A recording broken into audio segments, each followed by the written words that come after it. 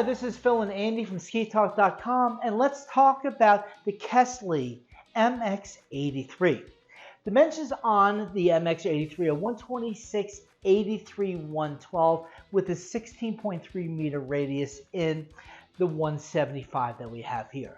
Size available on the MX range anywhere from a 154 up to a 182, making it one of the broader size ranges available in an MX collection.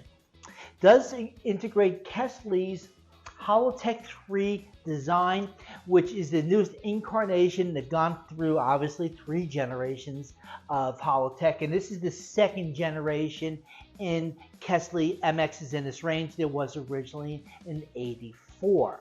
Okay, the ski is available either flat or with the K12 system binding, which is a Tyrolia binding. Now, Andy, I know you've spent a lot of time in this, along with like the 88 and such. What's your impressions of the 83? It's a very quiet on the snow ski. Yep. The feel of the snow, it's lively, but subdued, I guess would be a good word. Yep. Great edge hold.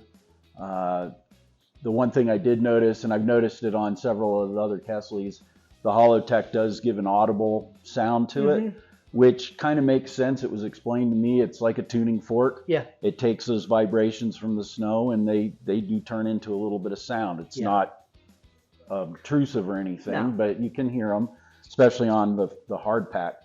But as a kind of a wide carving ski, they're really nicely made. All the hullabaloo about Kästle going out of Austria to build them, I think, was overblown. Yeah. They still do a great job. Yeah. The fit and finish on them is up where it should be for a ski at this price point. We noticed that, and again, it was a situation. People were screaming bloody murder when they moved the production from Austria to the new facility, but now they're under their own roof, so they're actually able to control things a lot better. So what I found, actually the quality control actually went up, a little more consistent. And the other thing that was really impressive is the finish out of the box too, specifically the base structures. The base structures have been outstanding. I mean, they just did a beautiful job, and the machinery that they're using in the new facility, I think is second to none. It's definitely world class. In this range of a ski, again, there's a lot of things we can do. I do have the comparison test of a lot of 80-some millimeter wide skis. Didn't have the skis here at the time to do that, but we're talking about the skis in that comparison. But what you've got here, like you said, this is a wide, narrow ski in the feel of it. And we see that in the construction. You've got a nice big square raised tail on it.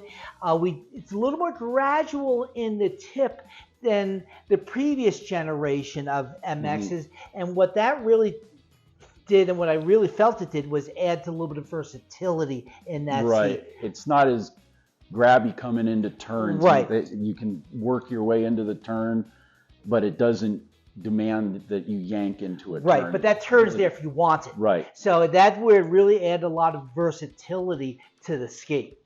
So to the point of who's it for? I mean, definitely a good technical skier is going to get the most out of it. The better skier that you are, the more you're going to get out of this. Instructors. Instructors, it's a great ski. Who's it not for? Lighter finesse skiers, somebody that might not be completely confident in their ability, but that's why Kästle has the PX81 here as an option. This is what we refer to as our gateway Kästle or gateway MX. This is where they did a beautiful job with this series of a ski, and really what we found with this one here is how good the ski really is. Yeah. It's not this ski, doesn't have the refinement of it. That's not to be expected, especially at this price point. But if you're looking for a Kästle that frontside bias, this is a great way to start here. A casual skier, a more demanding experienced skier. But this is a great ski for somebody who wants a good frontside ski. This one is a great ski for who somebody demands that good frontside ski, because in the end it really comes down to skiing is fun. If you enjoyed this informative video, hit that bell, subscribe so that you'll stay up to date on the new videos, and check out SkiTalk.com for more ski-related content. Also, please follow SkiTalk.com on all of your social media channels. No scenes from Hot Tub Time Machine were reenacted during the production of this video.